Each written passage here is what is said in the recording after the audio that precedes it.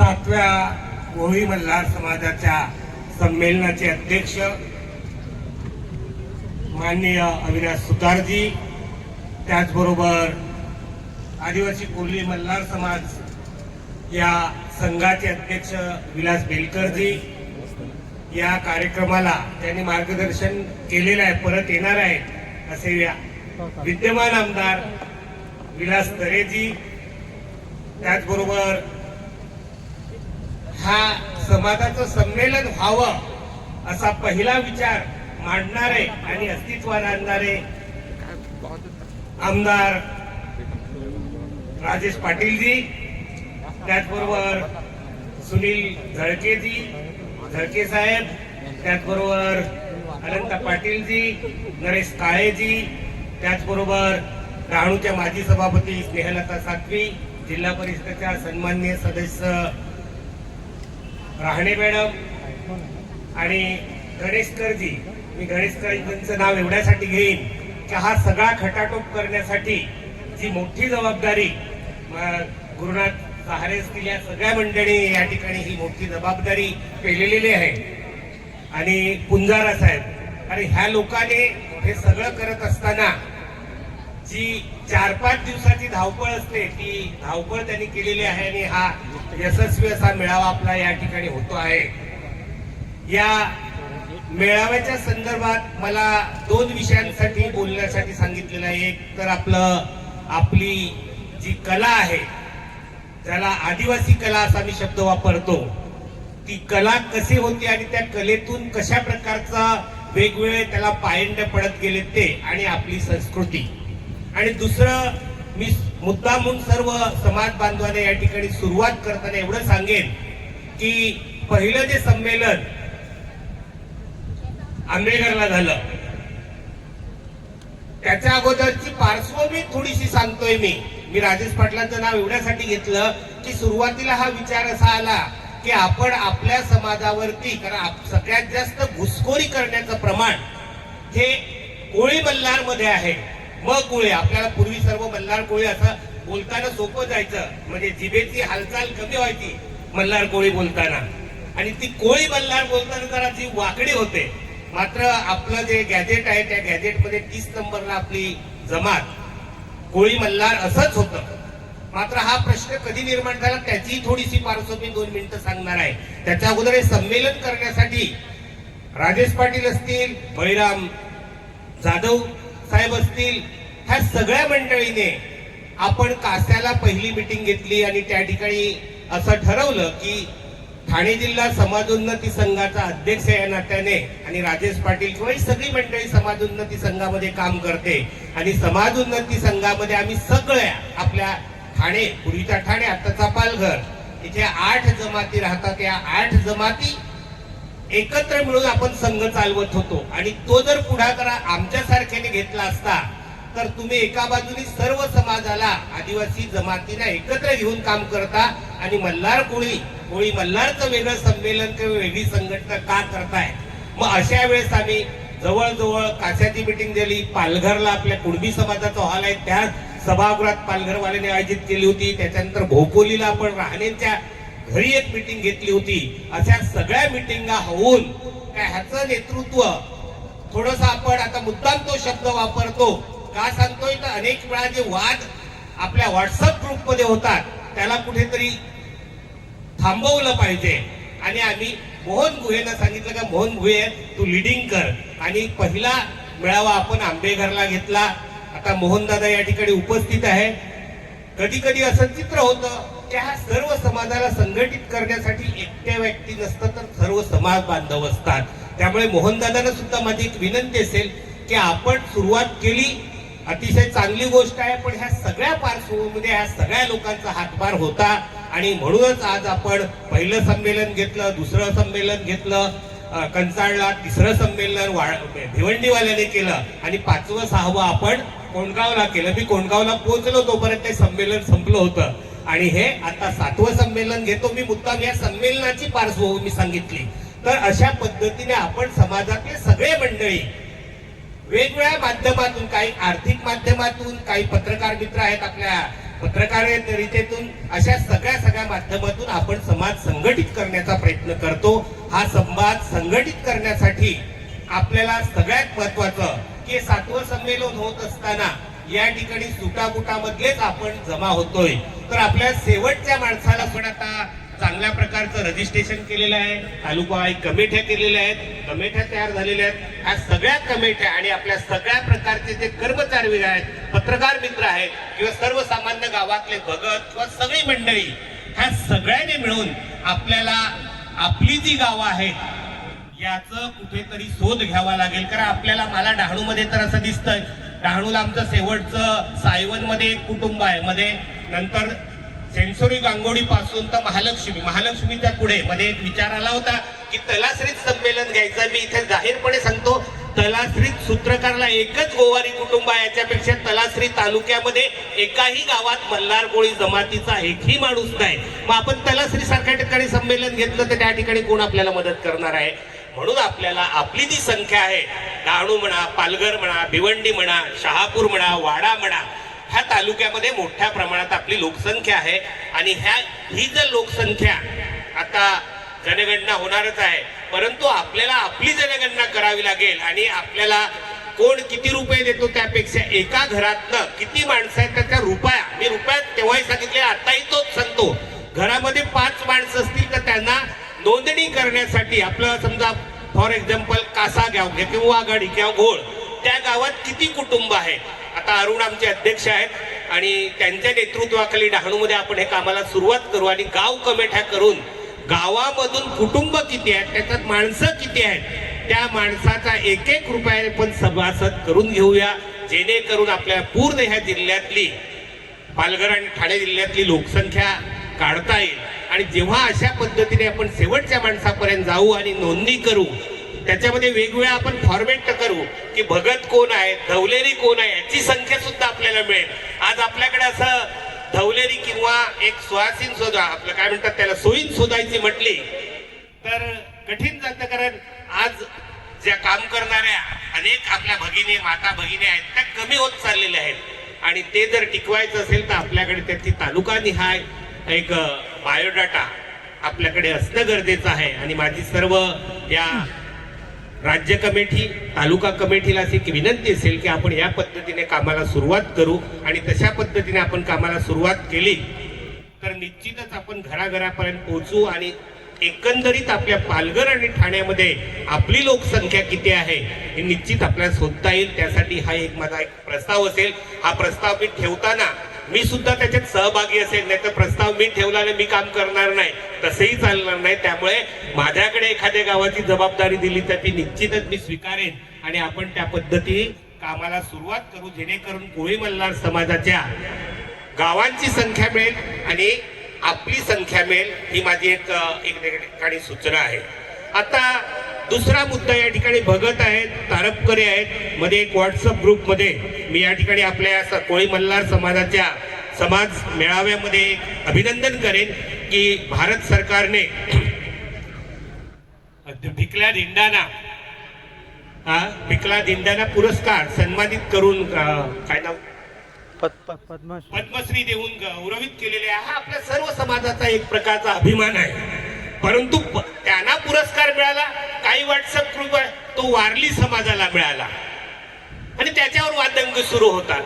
मग तारपकरी कोणाचं वाद्य, ते मल्हार गोळ्यांचं का वारल्यांचं की ते ठाकरांचं?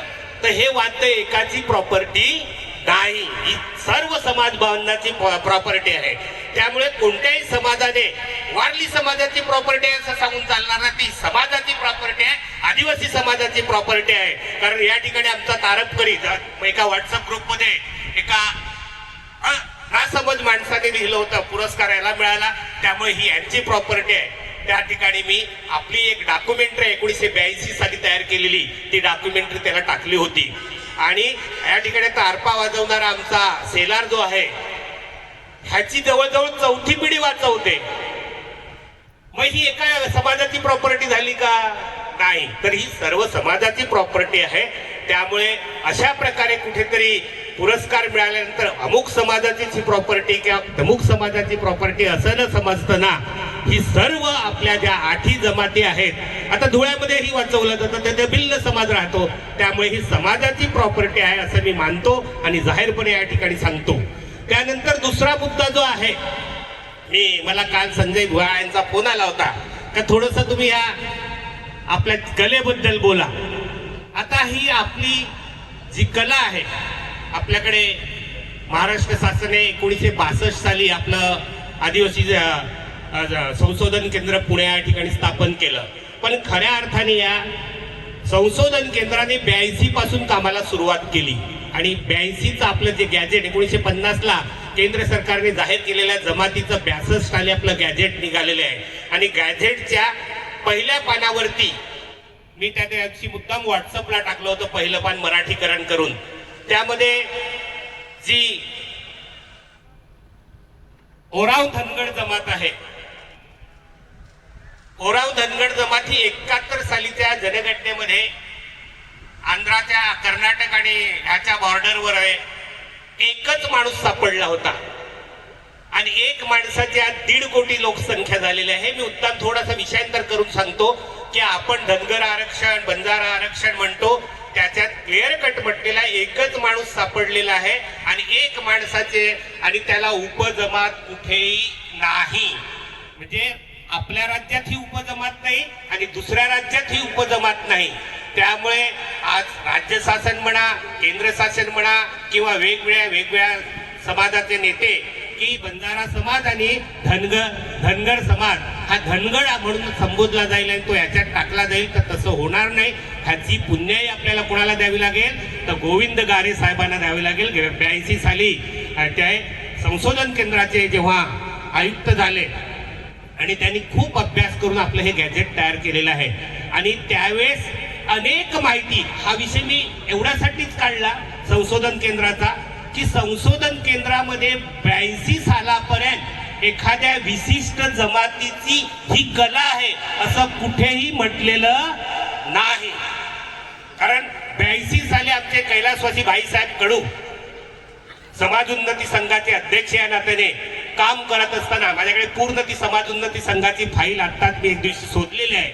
जी माहिती आदिवासी संशोधन केंद्राला पाठवलेली आहे ती वाघाडीतून बरीचशी माहिती पाठवलेली आहे. त्याची फाईलच माझ्याकडे आहे. आणि त्या ठिकाणी लिहिताना भाईकडून लिहायचे, पाठवायचे वायडा गुरुजी. आता पुढे ते काय लिहायचे आणि कशा पद्धतीने विसंगती झालेली ते मी जाहीरपणे सांगत नाही, परंतु प्रत्येक गोष्ट ही वारल्यांची असा त्या पद्धतीने पाठवलेली आहे. आणि त्याच्या अगोदर आपली ही जी कला आहे, ही कला काढत असताना वेळ घेतला चालेल ना, 1-5 मिनिटं. तर ही जी कला आहे, ह्या कलेची सुरुवात आपण मल्हार कोळी म्हणजे कोळी मल्हार समाजामध्ये 3 वेळा ही चित्रकला काढतो. पहिली चित्रकला केव्हा काढतो, तर नवं खाताना जेव्हा भात डोक्यावर घेऊन आपला पती किंवा घराचा मालक घेऊन येतो, तेव्हा सुवासिन म्हणजे पत्नी त्याची आरती काढते आणि घरात घेतल्यानंतर पोहे काढले जातात. पोहे काढून त्याचं धुपटून पीठ केलं जातं आणि त्या धुपटून काढलेल्या पिठाच्या आपल्या भानसाजवळ, ज्याला भानस म्हणजे चूल आपण म्हणतो, आज किचन म्हणतो, आपल्याकडे पूर्वी ओवराच होता, त्या ओवऱ्यामध्ये किचन मध्ये समोरच्या आपल्या कुडाच्या भिंतीवरती पहिल्या आपल्या हाताच्या मुठी दिल्या जायच्या आणि त्या ठिकाणी कणा काढला जायचा. ही पहिली कला त्या दिवशी काढली जायची. ही फक्त आणि फक्त कोणत्या समाजामध्ये होती, तर कोळी मल्हार मध्ये होती. त्यानंतर दुसरी चित्रकला गौरीला काढली जाते. गौर आज सगळा समाज करायला लागलाय फॅशन म्हणून. गौर चालवणं ही फक्त आणि फक्त मल्हार कोळी काढत होता. इतर समाजाच्या आमच्या गौरी वाघाने नेलेल्या, तसं एक वाक्य आहे. हे जाहीरपणे बोलायला काय हरकत नाही. आजही मी 36-37 वर्ष नरपडे या ठिकाणी काम केलं, त्या ठिकाणी जो आपलाच समाज, मी असं म्हणणार नाही, पण वारली समाज आहे त्याच्यामध्ये गौरी काढल्या जात नाही. हे आपल्या समाजाला माहिती असलं पाहिजे. आता ते काढायला लागलेले आहेत. त्यानंतर दुसरी जी कला आता या ठिकाणी कोणीतरी काढली, अतिशय सुंदर कला काढलेली आहे आणि त्या कलेमध्ये ज्या गोष्टी काढलेल्या आहेत, मल्हार कोळी समाजामध्ये हा चौक हा आनंदाचा उत्सव म्हणून काढला जायचा. नवरा नवरी घोड्यावर बसवलेलं एक चित्र दाखवलं. मग आपण वापरात असलेल्या वेगवेगळ्या ज्या वस्तू, मग फणी असेल, ज्या ज्या वस्तू त्याच्यात चंद्र सूर्य निसर्गाचे देव त्याच्यात काढले जायचे. आणि बाजूला मात्र आपण जो देव चौक काढतो, आज फॅशन म्हणून सगळ्याकडे चौक काढला जातो, आपण पण तेच करतो. आपण पण आता चौक काढताना काय करतो, हा मुख्य चौक काढतो, त्याला टिळा आपले भगत लावतात. तर बाजूला देव चौक असतो ज्याच्यावरती हिरवा हेमाय हे बसवलेले असतात खांद्यावर घेऊन, आणि त्या देवाची पूजा केली जाते, त्या गण्याची पूजा केली जाते. पण आज फॅशन काय झालेली आहे, तर अशा प्रकारचं चित्र काढले जातात आणि त्याचीच पूजा भगत ही करतात. भगत पण मॉडर्न झालेले आहेत. त्यामुळे हे घडतंय. तर अशा पद्धतीने ती कला ही आपल्या समाजात काढली जात होती. आणि ही कलेचं नाव सरासरी 78 साली रानसेत या ठिकाणी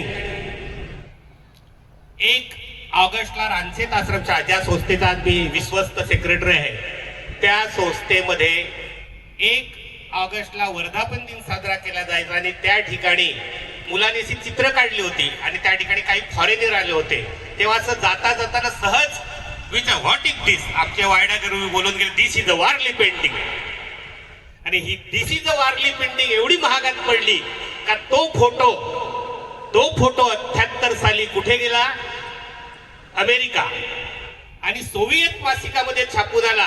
का ही पेंटिंग, इंग्रजीत होतं, ही पेंटिंग भारतातली, स्पेशली महाराष्ट्र राज्यातली आणि स्पेशली ठाणे जिल्ह्यातल्या वारली लोक काढतात. जर जागतिक पुस्तकामध्ये अशा प्रकारचं लिहून आल्यानंतर त्या दिवसापासून ह्या पेंटिंगला मी अगोदर काय सांगितलं, तर आपली पेंटिंग कशी काढली जात होती हे भगतही सांगत नाही आणि कोणीही सांगत नाही. तर अशी आपल्या ह्या कलेची वाटचाल आहे. मात्र तिथे नामकरण जे झालं हे मात्र आदिवासी संशोधन केंद्रात आत्ता वारलीकरण झालं. आदिवासी संशोधन केंद्रात ती आदिवासी कला म्हणूनच आज ही नाव आहे. त्यामुळे ह्या कलेचा इतिहास अशा पद्धतीने झाला आणि आज ते पॅटर्न झालेलं आहे. आता इथेच तुमचं आपलं आदिवासी भवन होतंय, त्याला वारली हट.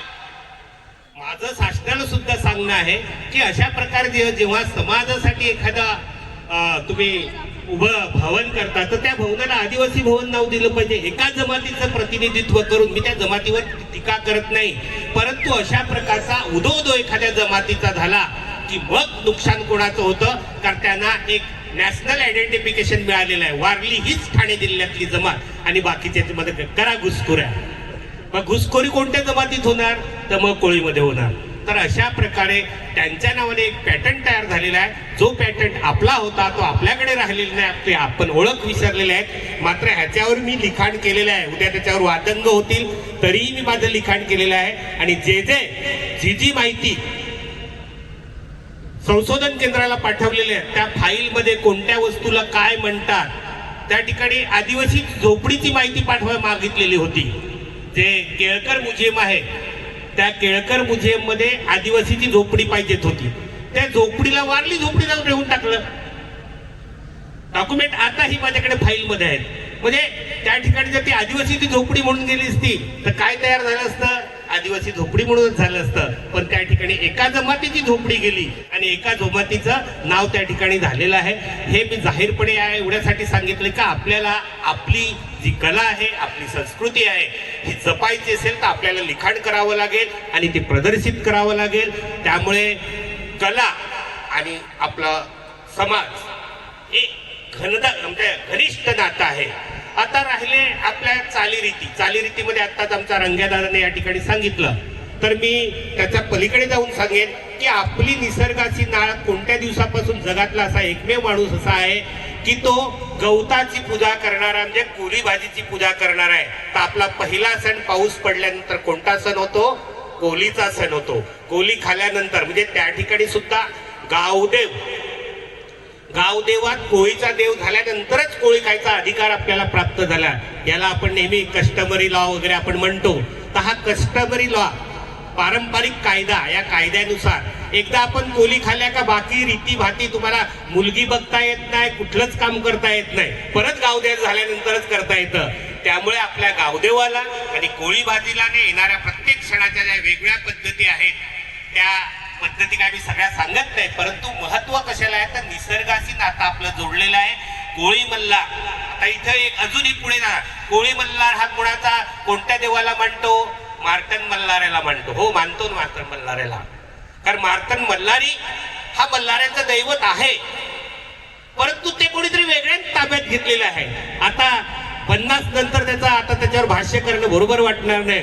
त्यामुळे आपले बरेच मल्हारी हे कुठे जात असतात, निहिरी कुठे जात असतात, तर मार्तंड मल्हाराच्या दर्शनाला जात असतात, भंडारा लावत असतात. हा भंडारा आपण लावत होतो, पण आज ते जेव्हा आपण असं सांगायला गेलं का परत ते धनगर सांगतील की मल्हारी आणि आम्ही एकच आहोत, मग ते कशात घुसण्याचा प्रयत्न करतात, तर त्या धनगडामध्ये घुसण्याचा प्रयत्न नाही करणार, ते मल्हारच घुसण्याचा प्रयत्न करणार. म्हणून माझी सर्व समाज बांधवांना विनंती आहे की बऱ्याचशा अशा गोष्टी आहेत त्या समाजासमोर आणल्या पाहिजेत. मी त्याबद्दलचं लिखाण करायला सुरुवात केलेली आहे आणि निश्चितच पुढचं आपलं पुस्तक असेल त्याच्यामध्ये ते मी देईन. आपण आज जरी इथे उपस्थिती कमी असेल, पण प्रयत्न महत्वाचा आहे. आणि या मेळाव्याच्या माध्यमातून मी सर्व व्हॉट्सअप ग्रुपला मात्र एवढं सांगेन की आपण हा 7वा का 5वा का हे वाद घालण्यापेक्षा आपण सुरू केलेली परंपरा मोहनदादा चालू ठेवायची आहे, तरच समाज टिकणार आहे. मी म्हणून समाज नाही तर आपण म्हणून समाज, एवढंच सांगतो. इथे सर्व समाजाला या संमेलनाच्या निमित्ताने धन्यवाद देतो. इथेच थांबतो. धन्यवाद.